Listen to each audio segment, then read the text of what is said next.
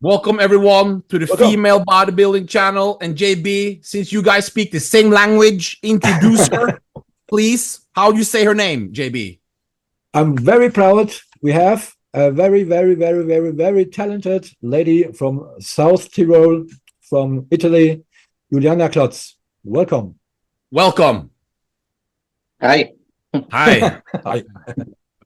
We saw there's some Instagram pictures that's been going around. We saw a new girl, you. We saw some tremendous size, arms, chest, great development. And then we reached out to you and you said, yes, I'm coming to the Pro League in a couple of weeks. But first of all, introduce yourself a little bit, how you started with bodybuilding, because we don't know anything about you. Oh, I always liked bodybuilding since I was 4 years old. So 4 years old. Yeah, my bedroom was full of posters and pictures of Arnold and Lee Priest and all the great bodybuilders. So with 16, I started to train.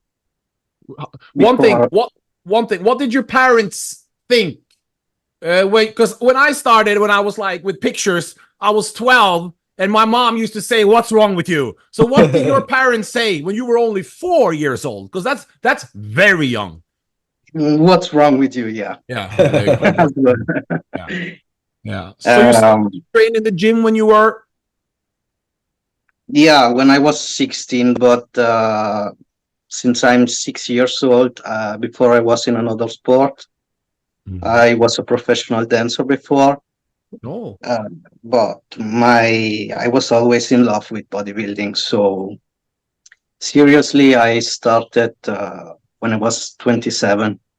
Oh, that late? With not late, but like if you started in the gym when you were 16, yeah? Yeah, I was starting with the gym when I was 16. 3 times a week, but it was like just for my passion. What type of dancing did you do? Break dance. Okay. Yeah. Yeah. That was big. That was big in Italy and Germany back in the day. Wasn't it big? Very popular, I remember, back in those days. Yeah. Okay. So you started when you were 27. Remember in Paris. Yeah. So you started when you were 27. Like doing it serious in the gym. Seriously, yes, to train every day. And I was also thinking about to compete. Did someone guide you? Did you have any early mentors, or did you watch female bodybuilding at all at the time, or is it purely men, open, like the men? Oh, I always was watching female bodybuilding since I was small. So when I was 16, I was trained by Claudia Profanta. She was a famous bodybuilder in the 80s and the 90s. I remember. JB, tell us a little bit about her, JB. Oh yeah, Claudia Profanta was one of the big ladies on stage back then. Very famous. Also, I think she was 1 or 2 times at Olympia stage, as I can remember. And yeah, it was a big idol for me, and well, for me, yeah, I had a poster of her in my room. Okay. Yeah. So she started to train you. How was that experience for you? Good and not good. So I didn't knew anything else at this time. The training sessions and also the diet, it was really old school, and it wasn't working for you. Yes, it was working somehow, but it was not healthy. So, what type of way where you say old school? Was it the food, the supplementation, or the training? The food and the training method. So it was like 3 hours a day of training. Too much. And no salt, no oil, no vegetables, just meat. And like carb just loading, protein. Yeah. just protein the whole day. So 2 times a week, there was a day, a high carb day. Yeah. But you can't stay the whole year like this. So No. I was not really feeling fine. No. This I years. can, yeah. My brain was not working. My brain was not working. I was the whole time. Yeah, it's very important because women need fat in their diet to function, or it's not going to work. Yeah, I was doing like this about 10 years. 10 years like this? Yeah, and I honestly was not feeling fine. No, no. Yeah, I understand. As well, the training in the gym, it was too much. Yeah. So when I changed my trainer, I had like a big boom. I was changing a lot. I was growing. In German, you say "wachsen wie die Champignons." Grow like the champions, yeah. You grow like, okay. So what changed? What changed? Did you switch coach? Did you do it yourself? How did you? Because 10 years is a very long time. What made you like, this is not working for me, I got to do my own thing? How did that switch happen? Yeah, I was training myself 2 years after Claudia, and also the diet, and I was feeling much more well.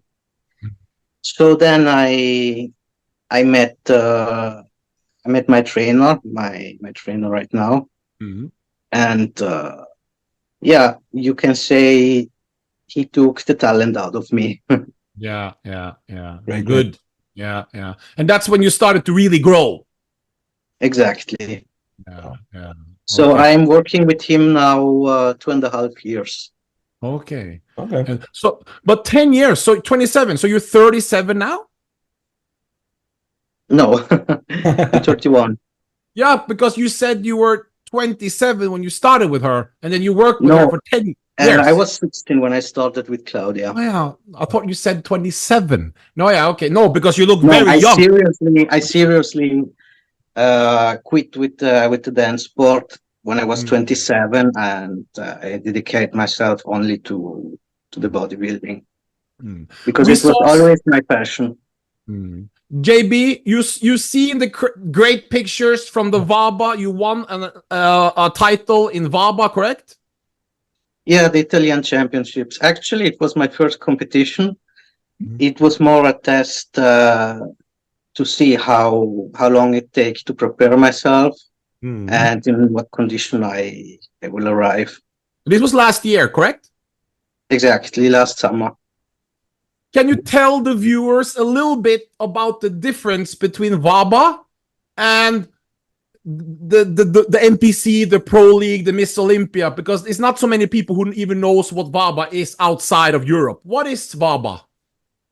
WABA is a federation like the NPC or like other federations. I would say it was this federation was more famous in the 90s than now. How is the level in women's bodybuilding? Is it more like women's physique? Is it more like figure? Or are there some good heavyweight bodybuilders, females, in VABA right now? Honestly, it was more like a physique. Yeah. So they was really small. We saw JB. You saw the picture. She looked like a bodybuilder amongst bikini girls almost. It was a lights out. Yeah. If you like to know, I was there in the 90s where the WABA World Championship was in Budapest. I was live there. And I had experience to witness Oana Rabka from Romania versus Cristina Franzoso back then. And it was a really great experience. So WABA it's a small federation, but when you have talents there, you see them. Yeah. So you won it. We are now in 2024. And obviously in Italy, we are looking at, of course, we have Nadia, the great Nadia from Italy, but now we are looking for a new pro. So we had to get you on because we are doing what show? The Pro Muscle in Milan. Okay, good. First of all, do we have enough athletes? Have you talked to the is it Donna, is it the promoter? Barbara. Yeah. Do we have enough athletes there to get the pro card with other girls, or is it going to be like winning alone and then apply for the pro card? I really hope I will not be alone on the stage. I really hope, because it's not nice to diet, to suffer the hungriness for 2 months and to be alone on stage.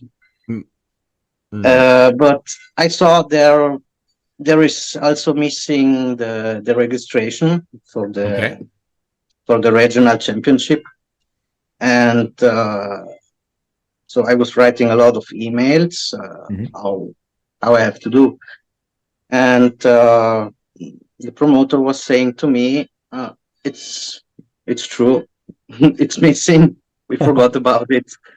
So I hope they will fix the error this week, so I can make the registration. For viewers at home, it's a very few women's bodybuilders right now in Europe, but what happens now is that the pro league are better with, when you go, even if you're alone, and if you have condition, size, symmetry, and balance, they usually get the pro card a couple of days later if they find that your physique is pro card worthy. So I don't think it's bad. It's the way it is. But once you turn pro, you have a lot of you have some good opportunities to compete. Yeah. So you shouldn't be it is what it is. We can't get everything because we don't have so many women bodybuilders at the moment in amateurs, sadly. Yeah. It's empty. Yeah, do you have any type of explanation? We have our own theories, JB and myself, but for you are a young female women's bodybuilder, and why do you think it's so empty right now in Europe in women's bodybuilding, in the amateurs? Do you have any suggestions to why? And what do you think we can do to try to improve it? Well, I think if a woman really likes muscle, they compete in women's physique. Because I don't know, or it's too much for many women, or they don't get the size. I don't know, but in Europe it's really sad.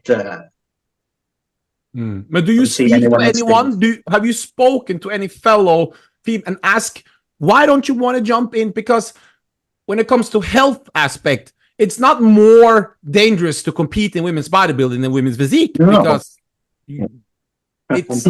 it's the same type of things. It's just women's physique is you have to be even drier sometimes on stage in the pro. So why do you know it's just not a lot of interest? Girls doesn't want to get real big anymore. Is it that, or?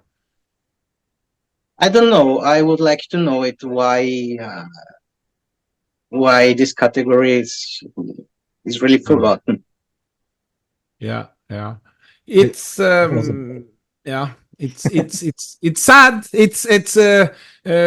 But the promoters are putting on the shows, and we are trying to promote it, the media, and but we need more girls to actually do it. Anyway, you turn pro now. This is almost JB. You've seen the pictures. Yeah. Have you seen her side chest? Yeah. We have seen the side triceps, tremendous arms, shoulders, real chest, quads are great. Conditioning appears to be good. 5 weeks out, we've seen the pictures. If you turn pro, and we believe you will, what's next? If I turn pro? Now, in 5 weeks. In 5 weeks. We will see. like I said, I really hope I will not be alone on stage. No, but even if you are alone, you will win the pro card via request. So don't you worry about that. You're going to get the pro card because we've seen it before. We know how it works. So if you turn pro now, are we doing Romania in November then? If I turn pro, I definitely will make an off season to put on size. Okay. And I want to get harder and leaner. Especially, I want to work on my quads because it's always, I would say, my problem. Yeah. The quad separation, and I will work on that definitely. Okay. And when I'm ready, I will compete. Okay. So you're not going to jump straight into a pro show this year, is what you're saying? No, if I want to compete, I don't want to compete to just compete. If I compete, I have in mind at least to make this first or the second place. I'm not going to compete to make a fourth or a fifth place. For what? Yeah. No, well, everyone has their. When we say it to some, we get attacked by the girls and say, "No, we are girl power, and everyone's going to compete." And so we say, "Yeah, sorry." But so you have a more of a champion mindset that if you can't be in it to win it, there's no point of prepping for it. Exactly. Yeah. Good. Yeah. At least I want to be in the condition to make the first, the second, or third place. Because anything else, it's like a waste, from my opinion. Yeah. Yeah. Yeah. JB, you have anything you are interested in? Yeah, what I'm interested is, do you have any regular job, or is it, are you just jump in and say, okay, I'll live from other sources or something? Before the COVID, I had a dance studio. Oh, okay. Cool. But I wanted to change since a few years already. So now I'm working with old people. It's really funny. Cool. Yeah. I'm working with old people and as well as personal trainer. So I'm making coaching online. Yeah, that's good. So, do you have any website where you can promote? No. Okay. No. DM her. Instagram. Exactly. So I have a lot of clients which I'm coaching face to face as well. Ah, cool. That's good. So, especially women 40 plus. 40 plus. Yeah. Okay. What are the old people saying when you show up with the biceps and your shoulders? What are they saying? They must be scared. Somebody, sometimes they are touching and they're saying, "Wow, what muscles!" This quickly, we want to know a little bit because this women's bodybuilding. I remember I DM'd you a little bit about this femininity talk. Women's bodybuilding right now in America is heavily promoting the feminine look. It's something they often talk about. They say in their wrap-ups, they always talk about beauty and femininity and all this. This is something Female Bodybuilding Channel, we don't have it as a big criteria the same way, but they are very, very important with it. And they also judge a little bit based off of that. How do you see yourself fitting into this type of criteria? And what's your opinion? What do you think women bodybuilding judging should be about? I think female bodybuilding judging should be about the physique, about the body, and not about the makeup, the fake hair, the fake lashes, and the ton of makeup. Because if you're going to pay a good makeup artist, so it's a beauty contest, I would say. Yeah. It's not a competition where you present your body. No. And honestly, I don't like to look feminine. It's not mine. No, it's not. It's not your identity. What can you say? It's not how you are, in a way. Exactly. No. Yeah, yeah. So I don't like it, and honestly, I don't want to look like most of the female bodybuilders, like a doll from a sexy shop. So yeah, because you see many times a male face with fake hair, fake lashes, fake nails, a ton of makeup, and the judges will call it female. So I don't know. Yeah. So you're saying when they're obsessed with the femininity, but it's usually the hair and makeup and all. But one thing though, are you willing to be judged down for it or no? Because one of our favorites, Cora Bleva, if you know her, from Romania. Yeah. In the beginning, she was down judged because of it. And then she started to, you know what? I'm a champion. I want to win. So she worked on her makeup and the wig and to place a little bit higher. You think that's wrong, or you want to stay true to yourself, or because there's so many different ways of... yeah. Why should I do it? So surely I will put on makeup because it's nice on stage, but definitely I will not put on fake hair and fake lashes and fake nails and all the fake stuff. JB, she will not transform. JB, well,